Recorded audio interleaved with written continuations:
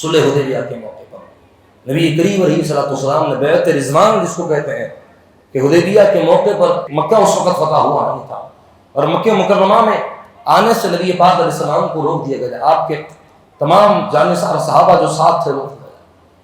حضرت عثمان غنی رضی اللہ عنہ کو بھیجا کہ جا کے ان سے بات کر کے آؤ.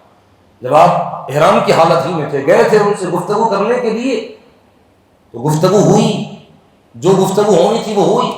اب اس کے علاوہ ان لوگوں نے فرمایا کہ جب آپ آ چکے ہیں تو پھر خالی کیوں جائیں گے, عمرہ کر کے جائیے گا. مکہ مکرمہ میں داخل ہونے سے نبی پاک علیہ السلام کو روکا گیا اور وہاں بیت اللہ شریف میں ان سے گفتگو ہو رہی ہے. فرمایا جب آ چکے ہیں تو عمرہ کر کے جائیے گا. فرمایا کہ میرے حبیب احرام کی حالت میں وہاں موجود ہوں اور میں یہاں ان کے بغیر عمرہ کروں نہیں ہو سکتا. اصرار کیا گیا کر کے جائیے. آپ نے فرمایا کہ بغیر محبوب کے طواف کعبہ بھی ممکن نہیں, عمرہ تو بڑی دور کی بات ہے. ابھی خبر مشہور ہو گئی تھی کہ نبی پاک علیہ السلام کے پاس کہ حضرت عثمان غنی رضی اللہ عنہ کو شہید کر دیا گیا. حضور پاک علیہ السلام نے تمام صحابہ کرام سے بیعت لی کہ عثمان کے خون کا بدلہ لیا جائے. آپ کو پتا تھا کہ شہید نہیں ہوئے ہیں, تبھی تو آپ نے سب سے بیعت لی.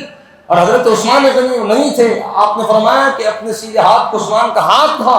فرمایا کہ اللہ یہ عثمان کا ہاتھ ہے اس لیے کہ وہ تیرے اور تیرے حبیب کے حکم کی تعمیل میں اطاعت میں گیا ہوا ہے.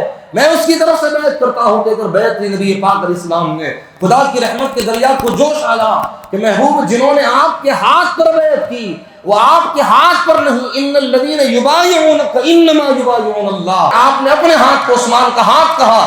اللہ نے فرمایا ید اللہ فوق ایدیہم, عثمان غنی کے لیے جنہوں نے آپ سے بیعت کی حضور اللہ سبحانہ و تعالیٰ کا ہاتھ ان کے ہاتھ پر ہے. فرمایا ید اللہ فوق ایدیہم, اور اللہ کے رحمت کے دریا کو جب جوش آیا اللہ نے اسی وقت جتنے صحابہ کرام نے اس وقت بیعت کی تھی ان سب کے لیے اللہ نے اپنی رضا کا اعلان کیا اور فرمایا لقد رضی اللہ عن المؤمنین اذ یبایعونک تحت الشجرہ, اللہ ان سب سے راضی ہو چکا ہے جب وہ اس درخت کے نیچے آپ کے پاس بیعت کر رہے تھے آپ کے ہاتھ پر. تو حضرت عثمان غنی رضی اللہ عنہ کے لیے نبی پاک نے ان سب سے بیعت لی کہ اگر وقت آ جائے گا اپنی جان کی بازی لگانے کا تو اس سے پیچھے نہ ہٹنا. اللہ نے فرمایا محبوب انہوں نے آپ سے نہیں, انہوں نے مجھ سے بیعت کی ہے. فرمایا اور ان سب سے میں راضی ہو چکا ہوں. اللہ نے اپنی رضا کا اعلان کیا اپنے کلام میں. پھر اس کے بعد جب آپ کو پتہ چلا کہ نبی پاک علیہ الصلوۃ والسلام نے اپنے ہاتھ کو عثمان غنی رضی اللہ عنہ کے ہاتھ کو اپنا ہاتھ کہا, فرمایا کہ زندگی تمام میں نے اس کا یہ لحاظ کیا کہ کبھی بدن کے نچلے حصے کی جانب اس ہاتھ کو نہیں لے گیا.